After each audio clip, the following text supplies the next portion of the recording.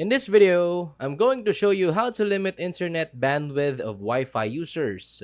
First, access your router. Open browser, go to your router's IP, typically 192.168.11 or 192.168.01, and log in. Default is usually admin. If not, use your router's credentials or contact your ISP. Second, enable bandwidth control. Navigate to the bandwidth control or QoS settings. Enable it and set your ingress download and ingress upload limits in kbps. Remember, 1 MB is equal to 1024 kbps.